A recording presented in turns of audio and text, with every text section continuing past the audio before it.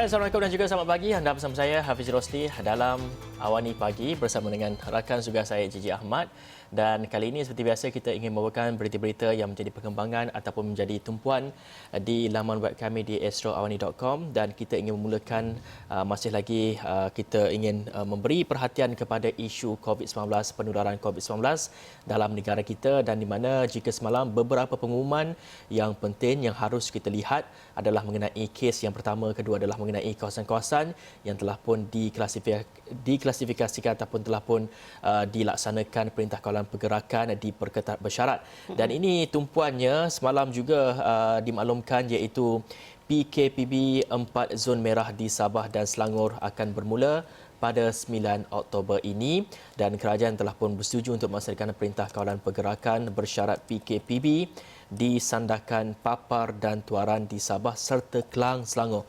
Bermula 9 Oktober 2020, Menteri Kanan Pertahanan Datuk Seri Ismail Sabri Yaakob berkata, 4 kawasan tersebut merupakan kawasan yang baru diklasifikasikan sebagai zon merah di Sabah dan juga di Selangor kerana mempunyai lebih daripada 40 kes positif COVID-19, dan itu antara kawasan-kawasan yang telah pun diklasifikasikan sebagai PKPB. Dan antara perincian mengenai PKPB ini kita dapat saksikan dari segi mereka ini mungkin tidak dapat untuk merentas daerah dan sebagainya, dan mungkin swab test juga akan dilakukan terhadap mereka.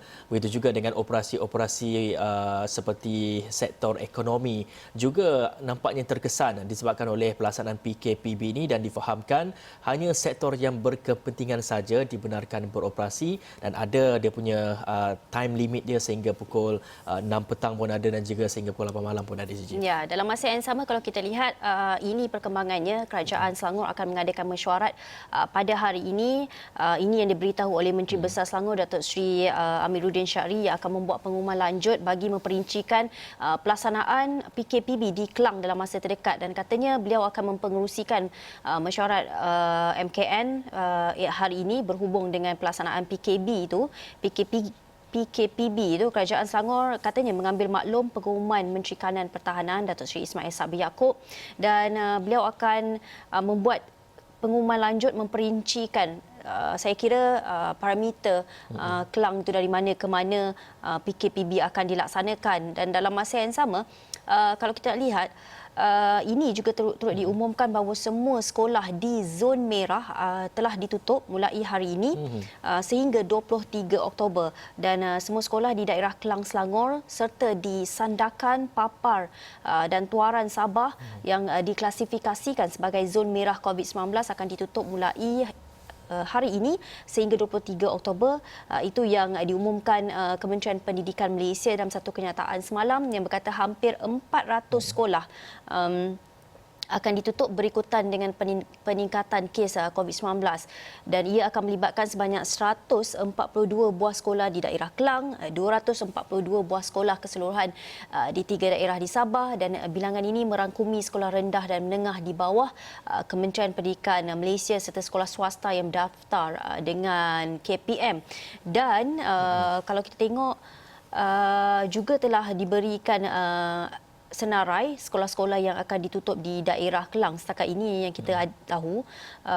Tapi perkara itu anda boleh lihat di astroawani.com, yang mana kalau kita tengok ada sebanyak 142 sekolah di Kelang saja akan ditutup. Hafizi, kalau kita tengok keputusan ini untuk menutup sekolah di saat peningkatan kes adalah satu perkara yang sangat baik, kerana sejak akhir-akhir ini kebimbangan ibu bapa terhadap menghantar anak ke sekolah itu semakin tinggi, lebih-lebih lagi mereka yang berada di zon merah. Betul, dan kita tahu kalau kadang-kadang ini mereka ni mungkin tidak diberikan informasi yang lebih, mungkin ibu bapa memberikan informasi yang lebih kepada mereka, tetapi dari segi pelaksanaan mereka untuk menjaga penjarakan sosial dan juga untuk memastikan tahap kesihatan mereka, tahap keselamatan diri mereka untuk kita mengelak daripada COVID-19 ni mungkin masih lagi kurang. Dan ini juga kita dapat saksikan apabila murid-murid ini berada dalam satu kelas, mungkin diawasi oleh guru, tapi dari segi kekhawatiran ibu bapa itu harus diambil perhatian, dan langkah yang diambil oleh kerajaan untuk menghentikan seketika operasi sekolah terutamanya di kawasan merah ini adalah langkah yang terbaik, dan saya kira ibu bapa semua dapat lega lah sikit dari segi kekhawatiran mereka. Namun mungkin selepas ini wujud pula satu lagi isu bagaimana agak sebenarnya bagi kawasan-kawasan lain, adakah kita menantikan ataupun adakah selepas kawasan-kawasan lain ini menjejaki pada tahap 40 kes yang kita kategorikan sebagai zon merah itu baru akan sekolah ditutup ataupun tidak, itu kita masih lagi menantikan bagaimana perincian daripada Kementerian Pendidikan dan sebagainya. Namun kita masih lagi melihat kepada tahap pematuhan kita kepada SOP dan juga tahap pematuhan kita kepada segala undang-undang yang telah pun ditetapkan. Kita melihat kepada kita masih lagi dalam keadaan ataupun masih lagi dalam fasa PKPP pemulihan ini. Semestinya banyak lagi peraturan-peraturan yang harus kita ikuti, dan ini satu kenyataan yang dikeluarkan oleh Menteri Kanan sendiri, di mana jika sebelum ini bagi mereka yang melanggar SOP, tiada penjarakan fizikal dan sebagainya, mereka ini akan dibawa ke balai polis untuk dikeluarkan kompaun dan sebagainya. Namun semalam Jabatan Peguam Negara telah pun membenarkan Polis Diraja Malaysia untuk mengeluarkan kompaun secara serta-merta di lapangan kepada individu yang melanggar prosedur operasi standard SOP Perintah Kawalan Pergerakan Pemulihan. Dan Menteri Kanan Pertahanan Datuk Seri Ismail Sabri Yaakob berkata, kompaun berkenaan boleh dikeluarkan oleh pegawai berpangkat inspektor dan ke atas. Dan jika berlaku di sekatan jalan raya, maka di situlah kompaun boleh dikeluarkan. Itu kata beliau menerusi sidang media yang diadakan secara Facebook Live pada Rabu. Dan dalam perkembangan berhubung operasi pematuhan PKPP, beliau berkata PDRM telah menahan 357 individu pada Selasa pada semalam saja atas kesalahan ingkar kepada arahan PKPP itu sendiri. Dan kita harapkan dengan pelaksanaan ini ataupun apa yang arahan yang dikeluarkan ini dapat dilaksanakan dengan adil dan saksama, dan kita harapkan penguatkuasaan itu memahami mengenai apabila anda mengeluarkan kompaun itu, maksudnya kita tidak mahu ada rasa tidak puas hati seperti sebelum-sebelum ini bahawa ada beberapa individu yang tidak berada di kawasan yang sesak juga di kompaun kerana tidak memakai pelitup muka, kemudian terpaksa diterangkan semula oleh Datuk Seri Ismail Sabri mengenai SOP sebenar. Tapi kita harapkan ia lebih dilaksanakan dengan lebih baik lagi kali ini. Dan Gigi, kalau kita nak menyentuh sedikit antara kesalahan-kesalahan yang mendominasi kepada mereka ni melanggar kepada SOP ini adalah, pertama adalah tidak memakai pelitup muka. Itu kesalahan yang paling ramai sekali lakukan ketika kita berada dalam PKPP ini. Kedua adalah gagal menyediakan peralatan ataupun merekod butiran diri. Ini terutama kepada premis-premis, sebagai contoh premis kedai. Mereka gagal untuk mengemukakan ataupun menyediakan peralatan yang lengkap dari segi untuk kita semak suhu kita dan juga dari segi untuk menyediakan kod QR dan sebagainya untuk pendaftaran dan sebagainya. Dan bagi individu pula adalah mereka gagal untuk merekodkan butiran diri mereka sendiri. Itu dikira sebagai satu kesalahan juga. Gagal menjaga penjarakan fizikal, gagal mengemukakan dokumen perjalanan yang sah keluar di kawasan PKPP tanpa kebenaran, dan langgar perintah kuarantin. Itu antara kesalahan-kesalahan yang mendominasi kepada mereka yang gagal ataupun mereka yang tidak mematuhi kepada SOP PKPP ini, Gigi. Dan dalam masa yang sama kita nak tengok juga apa yang terpampang di dada-dada akhbar pada hari ini, yang mana selain daripada zon merah itu sendiri, antara lain yang menjadi tumpuan adalah kes-kes di penjara, yang mana kalau kita tengok di New Straits Times sendiri turut ditulis di situ, itu adalah pekerja saya kira Barisan Hadapan yang berada di hadapan penjara. Tulisnya isolate, treat and contain. Maksudnya kita mahukan satu pelaksanaan yang khusus bagi mengekang penularan dalam penjara. Begitu juga dengan The Star, kalau kita tengok turut memaparkan mengenai isu penjara juga, turning the tide, yang mereka mahukan kerana mereka yang berada dalam penjara ini dalam masa yang sama turut akan dibawa ke mahkamah jika perlu untuk kes-kes masing-masing. Dan itu sebenarnya yang diperkatakan yang diperkatakan oleh Datuk Seri Ismail Sabri Yaakob, yang meminta Jabatan Penjara untuk membentangkan prosedur operasi standard SOP bagi membendung penularan pandemik COVID-19 dalam kalangan kaki tangan serta penghuni penjara dan pusat tahanan. Dan Menteri Kanan Pertahanan itu juga berkata bahawa ia termasuk SOP untuk membawa tahanan ke mahkamah untuk dituduh, dan SOP pemindahan tahanan ke penjara lain. Itu sebenarnya satu perspektif yang perlu kita lihat. Bukan banduan ini bukan hanya berada di penjara, dan mereka sebenarnya perlu juga dibawa ke mahkamah untuk kes-kes tertentu. Dan itu antara kita menyaksikan bercakap mengenai kes-kes COVID-19 di penjara melibatkan kepada kluster benten di Kedah sebagai contohnya, yang ketika ini mencatatkan setiap hari kita dapat saksikan mencatatkan jumlah yang tertinggi melibatkan kluster-kluster ini, dan kita ingin menyentuh mengenai perkembangan kes-kes harian COVID-19 di negara kita. Dan semalam kita masih lagi mencatatkan 3 angka jika sebelum ini 2 hari lepas kita menyaksikan lebih daripada 600, tapi semalam berlaku ataupun mencatatkan sedikit penurunan, tapi masih lagi 3 digit, iaitu sekitar 489 kes baru dan tiada kematian dilaporkan pada setakat hari Rabu.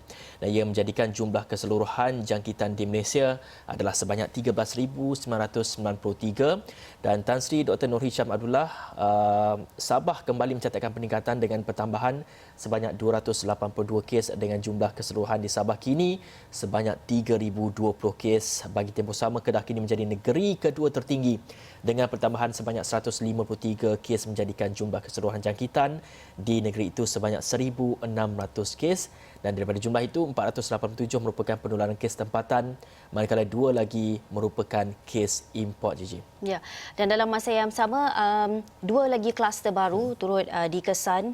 Ini yang dimaklumkan oleh Ketua Pengarah Kesihatan kita, Tan Sri Dr. Nur Hisham, yang mengatakan bahawa 2 kluster itu, iaitu kluster Bah Puchong dan kluster Penjara Reman, telah dilaporkan sebagai 2 kluster baru. Dan kata Tan Sri Dr. Nur Hisham, seramai 3 individu melibatkan kluster Bah Puchong telah disahkan positif pada 5 Oktober. Hasil saringan, ketiga-tiga mereka disahkan positif kerana baru pulang dari kawasan berisiko tinggi, iaitu Sabah, dan telah dimasukkan di Hospital Sungai Buloh. Dan saringan kontak rapat telah dijalankan lagi, dan 2 lagi kes positif COVID-19 di Perak, iaitu di daerah Larut, Matang dan Selama, serta daerah Kinta dikenal pasti dan telah dimasukkan ke Hospital Raja Pemaisuri Bainun Perak. Dan kita harapkan anda di luar sana teruskan menjaga SOP kita, memakai pelitup muka dan juga menjaga jarak anda, kerana dengan penambahan kes kita, walaupun ada penurunan, tetapi kes kita masih lagi di atas 300 kes. Ya. Betul. Dan kalau kita nak lihat kepada kawasan-kawasan yang telah pun dikategorikan sebagai kawasan zon merah ini, adalah melibatkan kepada Kota Star, iaitu sebanyak 153 kes, dan iaitu Kota Star sendiri menyaksikan pertambahan sebanyak 137 kes pada semalam saja. Begitu juga di Sabah sebagai contohnya, antara kawasan-kawasan yang telah pun menjadi kawasan zon merah ini adalah Papar, Kota Kinabalu, Tuaran, Sandakan, Semporna, Kunak, Tawau dan Lahad Datu. Lebih daripada ataupun 8 daerah di Sabah telah pun dikategorikan sebagai zon merah. Jadi apa yang perlu kita tahu kalau kawasan zon merah ini, Gigi telah pun mengatakan sebentar tadi, sekolah akan ditutup sekiranya zon merah ini, dan seterusnya akan dilaksanakan PKPB itu, yang menyaksikan banyak operasi-operasi ataupun banyak sektor-sektor ekonomi juga tidak dibenarkan untuk meneruskan operasi mereka, Gigi. Ya, dalam masa yang sama, ini berita yang baru ya kita laporkan semalam. Ketua Penerangan UMNO Syahril Sufian Hamdan telah disahkan pulih COVID-19 dan dibenarkan keluar dari Hospital Sungai Buloh semalam. Dan beliau ada tweet juga, katanya beliau yang menjalani kuarantin di Hospital Sungai Buloh sejak 23 September telah pun keluar dari hospital kerana dia punya keputusan saringan tu telah negatif.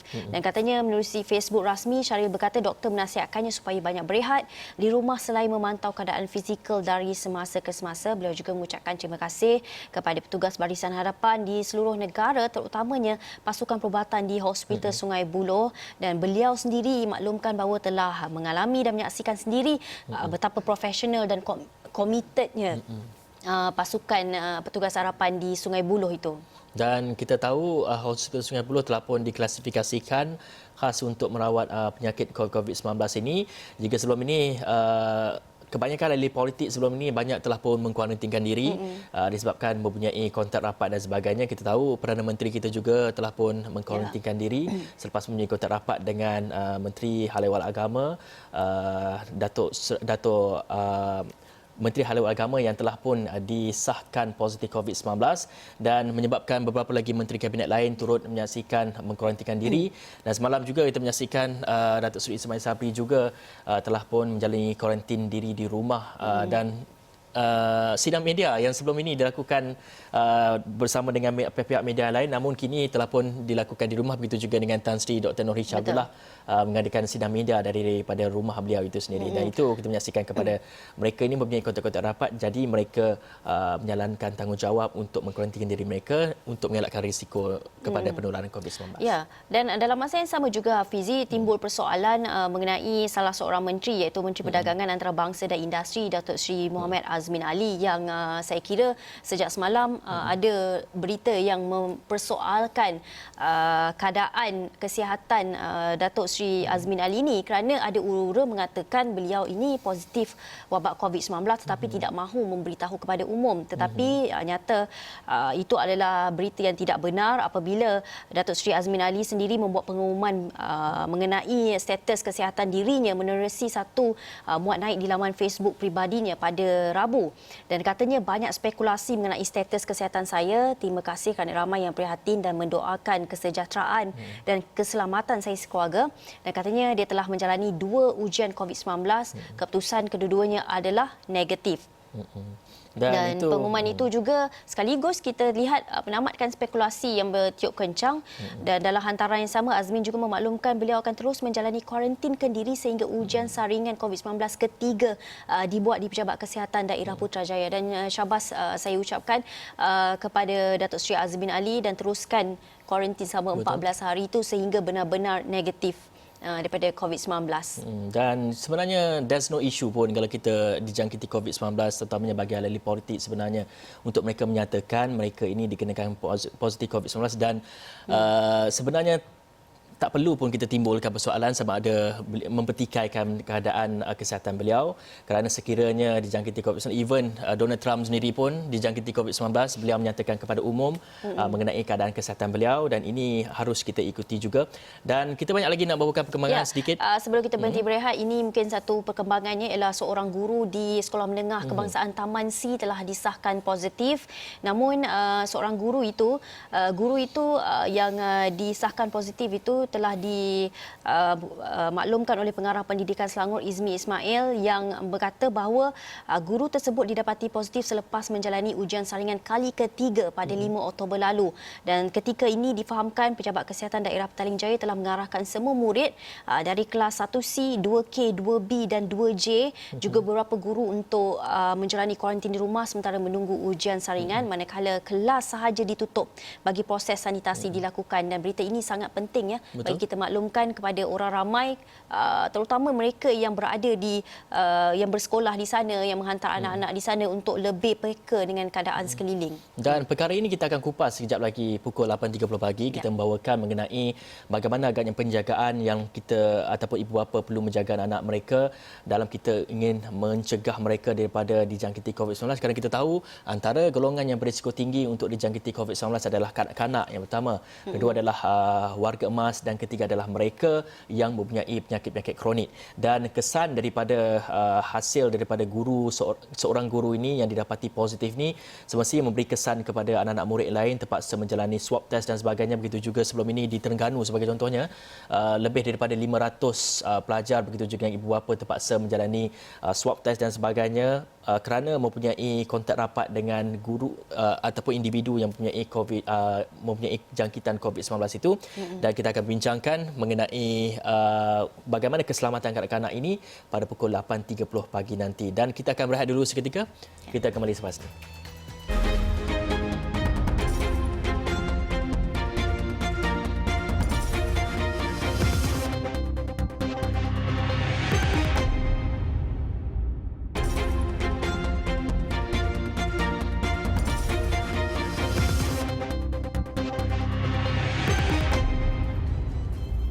Bertemu lagi dalam Awani awal ni pagi kita nak bawakan perkembangan politik sedikit. Kita tahu sebelum ini Ahli Parlimen Batu Sapi mendiang Datuk Liew View Keong meninggal dunia pada 2 Oktober lepas selepas dijangkiti ada jangkitan kuman di paru-paru, dan susulan itu ini perkembangannya Pergerakan Pemuda UMNO telah mencadangkan agar Barisan Nasional tidak meletakkan sebarang calon untuk bertanding PRK Batu Sapi, dan katanya kata ketuanya Datuk Dr. Ashraf Wajdi Dusuki, cadangan itu selepas mengambil kira kegawatan penularan pandemik COVID-19 yang semakin menular di negeri Sabah sehingga boleh mencetuskan risiko keselamatan kepada rakyat.